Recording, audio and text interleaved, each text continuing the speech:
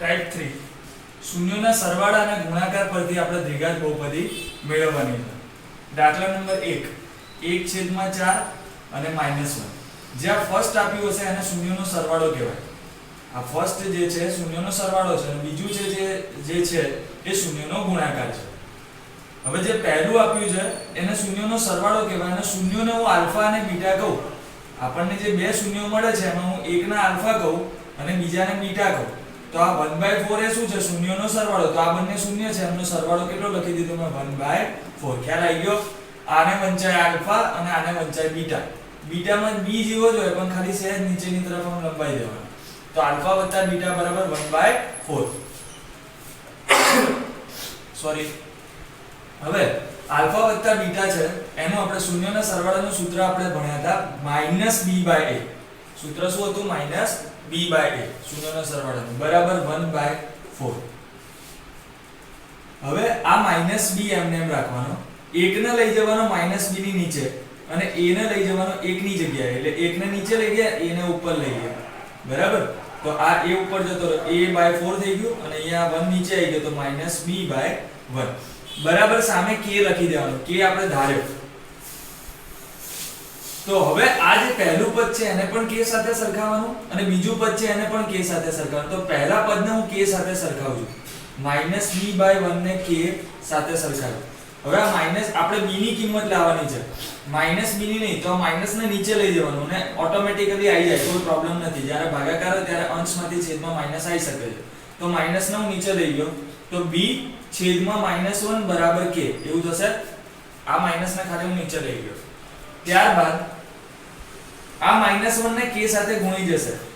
આ છેદમાં છે બરાબરની પેલી બાજુ જશે તો ગુણી જશે k સાથે. તો k ગુણ્યા -1 તો -k. b બરાબર અહીંયા b તો એમને એમ જ છે -1 k સાથે ગુણાશે એટલે -1 ગુણ્યા k જવાબમાં આવશે -k. આ તમારી b ની કિંમત આવી ગઈ. એવી રીતના a ની કિંમત પણ શોધવાની છે. તેની માટે આપણે શું કહીશું? a/4 છે, a/4 એને પણ k સાથે સરખાઈ દેવાનું. તો a/4 બરાબર k. તો હવે શું થશે? આ 4 ગુણી જશે k સાથે તો a બરાબર 4k એવો જવાબ આવશે. ચલો ઓકે, a અને b ની કિંમત મળી ગઈ બેટા. હવે તમારે શોધવાની છે c ની કિંમત. તો એની માટે આપણને અહીંયા આપ્યું છે ગુણાકાર. શૂન્યનો ગુણાકાર શું આપ્યો છે? -1. તો આલ્ફા ગુણ્યા બીટા બરાબર -1.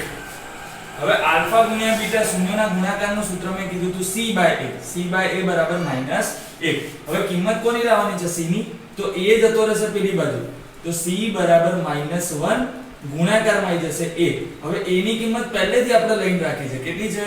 4k. તો અહીંયા મૂકી દેવાનું 4k. હવે -1 ગુણ્યા 4k એટલે જવાબમાં શું આવશે? -4k. માઈનસ પ્લસ માઈનસ એક સાથે કોઈ પણ સંખ્યા ગુણીએ તો જવાબમાં તેની તે જ સંખ્યા. તો -1 ગુણ્યા 4k તો -4k. તો તમને a b c ત્રણેયની કિંમત મળી ગઈ. જ્યારે તમને a b c ત્રણેયની કિંમત મળી જાય ત્યારે તમારે દ્વિઘાત બહુપદીનું પ્રમાણિત સ્વરૂપ લખવાનું. દ્વિઘાત બહુપદીનું પ્રમાણિત સ્વરૂપ શું છે? ax² + bx + c બરાબર 0. આવું તમારું દ્વિઘાત સમીકરણનું પ્રમાણિત સ્વરૂપ છે. તો અહીંયા a ની જગ્યાએ આપણે a ની જગ્યાએ 4k મૂકીશું, b ની જગ્યાએ અહીંયા b છે ને એની જગ્યાએ -k મૂકીશું અને c ની જગ્યાએ -4k મૂકીશું. જે કિંમત લાયા એ મૂકી દેવાની. તો પહેલા a ની જગ્યાએ લાયા 4k તો 4k મૂકી દીધું. અહીંયા પાછળ છે x² તો x². b ની જગ્યાએ કેટલા લાયા હતા? -k તો અહીંયા -k મૂકી દીધું. બહાર શું છે? x. અને c ની જગ્યાએ -4k તો અહીંયા મૂકી દીધું -4k બરાબર 0. ચલો હવે અહીંયા કૌંસ કરવાનો. આપણે પ્લસ નું પ્લસ લખવાનું, પછી કૌંસમાં લખવાનું c ની કિંમત કેટલી છે? -4k. તો અહીંયા લખી દીધું -4k બરાબર 0.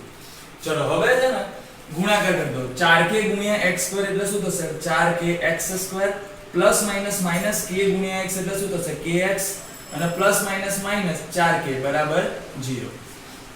ખ્યાલ આવતો હશે બધાને? અહીંયાથી ત્રણેયમાંથી k કોમન નીકાળવાનું કેમ કે k તો ત્રણેય જોડે છે.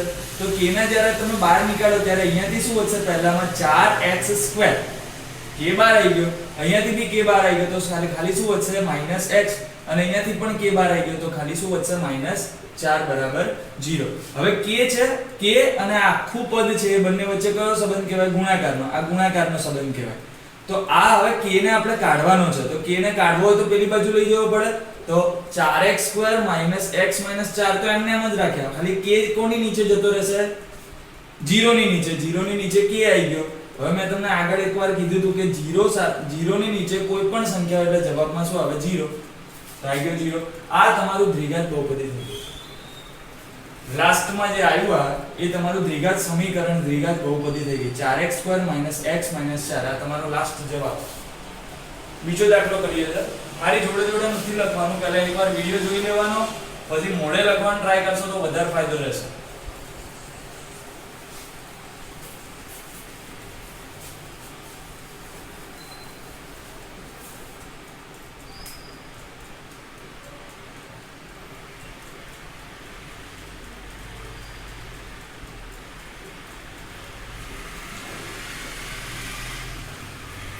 દાખલા નંબર 2 -1/4 અને 1/4, -1/4 અને 1/4. ચલો હવે પહેલું જે આપ્યું છે એને શું કહેવાય, શૂન્યનો સરવાળો. તો આપણે મૂકીશું આલ્ફા વત્તા બીટા બરાબર -1/4. આલ્ફા વત્તા બીટા -b/a, અહીંયા આવશે -1/4. માઈનસ માઈનસ સામ સામે છે, બંને અંશમાં છે, ઉડી જાય, માઈનસ માઈનસ બંને પ્લસ થઈ ગયા, કોઈ દિક્કત નહીં. હવે b ની નીચે આ b છે એમને એમ રાખવાનું, એની નીચે લઈ જવાનો 1 અને a એમને એમ a છે અને 1 ની જગ્યાએ લઈ જવાનો. આગળના દાખલામાં કરી દો ને, 1 ને લઈ ગયા હતા નીચે, a ને લઈ ગયા હતા ઉપર અને છેદમાં શું છે 4 બરાબર k ધારે. તો b/1 ને કોની સાથે સરખાવવાનો, k સાથે. તો 1 ગુણ્યા k, 1 આ બાજુ જશે તો ગુણી જશે, 1 ગુણ્યા k તો શું જવાબ આવશે, k. એવી જ રીતના બાજુમાં a છેદમાં 4 એને પણ કોની સાથે સરખાવવાના, k સાથે. આ તમારા b ની કિંમત આવી ગઈ. હવે a ની કિંમત લાવવા માટે a છેદમાં 4 ને k સાથે સરખાવ્યા, તો 4 ને k સાથે ગુણી જશે, તો a નો જવાબ શું આવશે, 4 ગુણ્યા k તો 4k. તો a અને b ની કિંમત આવી ગઈ. ચલો હવે શું કરતા હતા આપણે, ગુણાકારનો નિયમ. આલ્ફા ગુણ્યા બીટા બરાબર શું આપ્યું છે, 1/4. આલ્ફા ગુણ્યા બીટા એટલે c/a, c/a = 1/4. c ની કિંમત લાવવાની છે તો a જતો રહેશે ઉપર, તો a 1 સાથે ગુણી જશે, તો a ગુણ્યા 1 એટલે a છેદમાં 4. a એટલે કેટલા છે, 4k. a ની જગ્યાએ આપણે 4k લખી દઈશું, છેદમાં 4, 4 4 ઉડી જશે ઉપર નીચેથી, તો c ની કિંમત ખાલી શું આવ્યું, k આવી.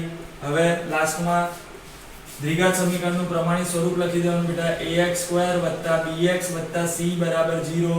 a ની જગ્યાએ જે આવ્યું એ કૌંસમાં લખવાનું, પાછળ x², b ની જગ્યાએ જે આવ્યું એ કૌંસમાં લખવાનું, પાછળ x, અને c ની જગ્યાએ જે આવ્યું લખવાનું, કૌંસમાં જે આવતું એ લખીને 0. હવે a ની જગ્યાએ કેટલા આવે છે, 4k, તો અહીંયા લખી દીધું મેં 4k. b ની જગ્યાએ કેટલા આવે છે, k, તો અહીંયા લખી દીધું k. અને c ની જગ્યાએ પણ k, તો અહીંયા આગળ લખી દીધું k. તો ત્રણેયની કિંમત લખી દીધી. 4k × x² એટલે 4kx², k × x એટલે kx વત્તા k = 0. હવે આ ત્રણેયમાંથી k કોમન નીકળી જશે, તો અહીંયાથી શું વધશે, 4x². અહીંયાથી રહેશે ખાલી x, k બહાર આવી ગયો, ત્રણેયમાંથી k બહાર આવી ગયો. આ કદાચ આ 0 નહીં દેખાતો હોય તમને કદાચ, તો અહીંયા લઈ લો, આ સાઈડ અહીંયા 0 0 લખી દીધું. તમારે સામે બરાબર કરી લખવાનું. હવે ત્રણેય પદમાંથી k છે એટલે k ને કોમન નીકાળી દીધો, તો અહીંયાથી k બહાર આવી ગયો, તો 4x² વધ્યા, અહીંયાથી k બહાર આવી ગયો તો x વધ્યા, અને અહીંયાથી k બહાર આવી ગયો તો કશું ના વધ્યું, તો 1 લખી દીધું બરાબર, સામે 0. હવે k ને લઈ જવાનો પેલી બાજુ, તો 0 ની છેદમાં જતો રહેશે k, તો 0 છેદમાં k, તો જવાબમાં શું આવશે, 0 જ આવશે. તો આ તમારું દ્વિઘાત સમીકરણ થઈ ગયું. તો બીજો દાખલો પણ ખતમ.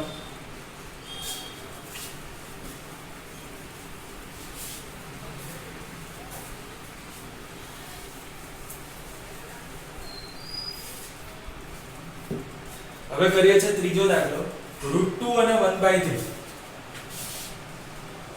√2 અને 1/3. તો √2 અહીંયા આગળ √2 છે એ શું છે, આલ્ફા વત્તા બીટા બરાબર √2.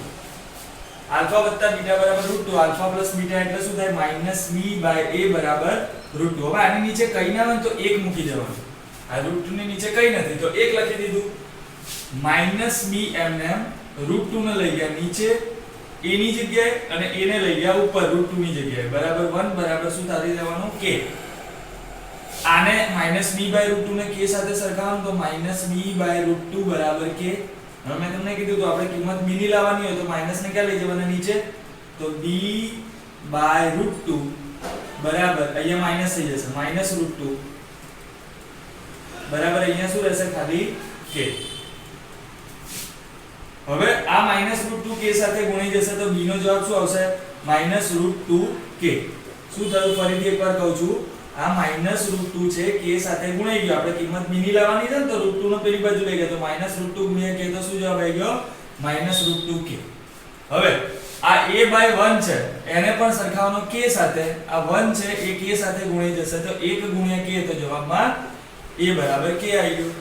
હવે જે બીજું આપ્યું છે આલ્ફા ગુણ્યા બીટા કેટલું આપ્યું છે 1/3 જે બીજું હોય આવ્યું એ હંમેશા ગુણાકારમાં હોય શૂન્યનો ગુણાકાર 1/3 આલ્ફા ગુણ્યા બીટા બરાબર શું છે c/a બરાબર 1/3 1/3. હવે c એમને એમ a ને લઈ જવાનો 1 જોડે a ગુણ્યા 1 એટલે a કેમ કે આપણે c ની કિંમત લાવવાની છે a ગુણ્યા 1 એટલે a અને નીચે આવશે 3 a ની કિંમત તમે કેટલી લાવ્યા છો k તો અહીંયા લખી દીધું k અને છેદમાં કેટલા છે 3. હવે આમાં કશું નહીં થાય તો c ની કિંમત આવી ગઈ તમારી જોડે k/3 bus a b c ત્રણેયની કિંમત તમારી જોડે આવી ગઈ. જ્યારે કિંમત આવી જાય એટલે ડાયરેક્ટ તમારે શું કરવાનું છે ax² + bx + c બરાબર 0 દ્વિઘાત સમીકરણનું પ્રમાણિત સ્વરૂપ. a ની જગ્યાએ કેટલા લખવાના છે k x² કૌંસમાં પ્લસ b ની જગ્યાએ -√2k અહીંયા લખવાનું x અને c ની જગ્યાએ લખવાનું છે k/3 k/3 બરાબર 0. હવે આને પણ કૌંસમાં લખી શકો છો આ કૌંસમાં લખી દીધું k ગુણ્યા x² એટલે શું થશે kx² √2k ગુણ્યા x એટલે શું થશે √2kx અને વત્તા k/3 બરાબર 0. અચ્છા b ની જગ્યાએ માઈનસ હતું અહીંયા આગળ જો -√2k હતું તો અહીંયા આગળ મેં પ્લસ મૂક્યું તો આને માઈનસ કરી નાખવાનું તો આ પ્લસ માઈનસ અહીંયા આવશે માઈનસ પ્લસ માઈનસ માઈનસ બાકી બધું ઓકે છે. બધામાંથી k ને કોમન નીકાળી દઈએ તો અહીંયાથી વધશે x² અહીંયાથી વધશે -√2x અને અહીંયાથી કેમ કે k બહાર આવી ગયો ને બધામાંથી તો અહીંયાથી ખાલી x² વધ્યું અહીંયાથી ખાલી x² વધ્યું અહીંયાથી વધ્યું √2 અને x √2 ગુણ્યા x √2x અને અહીંયાથી k બહાર આવી ગયો તો ઉપર તો કશું નહીં વધ્યું તો 1/3 બરાબર 0. k ને લઈ જવાનું નીચે તો x² -√2x + 1/3 k લઈ ગયો 0 નીચે તો 0/3 એટલે જવાબમાં 0 જ આવશે પણ અહીંયા આપણે કશું k ને લઈ જવાનું નહીં પેલી બાજુ બતાવવાનું નહીં ચાલો ડાયરેક્ટ લખી દેવાનું 0 થશે 0/k એટલે 0. હવે આ જ્યારે છેદમાં આવતું હોય ત્યારે શું કરવાનું એ શીખવાડું છું. જેના છેદમાં હોય ને જેમ કે આ 3 છે 1 ના છેદમાં છે તો એને નહીં ગુણવાનું એના સિવાયના બધા સાથે ગુણવાનું. તો આની નીચે x² છે એની નીચે 3 નથી તો એને 3 વડે ગુણવાનું તો શું આવશે જવાબમાં 3x². આની નીચે 3 નથી તો આને પણ 3 વડે ગુણવાનું તો આગળ 3 લખી દેવાનું 3√2x. આની નીચે 3 છે તો આને નહીં ગુણવાનું એને એમને મૂકી દેવાનું 1 અને ત્રણેય સંખ્યા છે એની નીચે શું લખી દેવાનું 3 બરાબર 0. હવે 3x² -3√2x અને +1 એમને અને 3 છે એ 0 સાથે ગુણી જશે તો 3 ગુણ્યા 0 તો જવાબમાં આવશે 0. આ તમારો જવાબ થઈ ગયો. તો હવે ટાઈપ 3 પતે છે બાકીના દાખલા હોમવર્કમાં તમને આપ્યા છે તો એ ગણવાનો ટ્રાય કરજો. કદાચ ના ખ્યાલ આવે તો ફરીથી એકવાર વિડિયો જોજો. આશા છે કે બધાને ખબર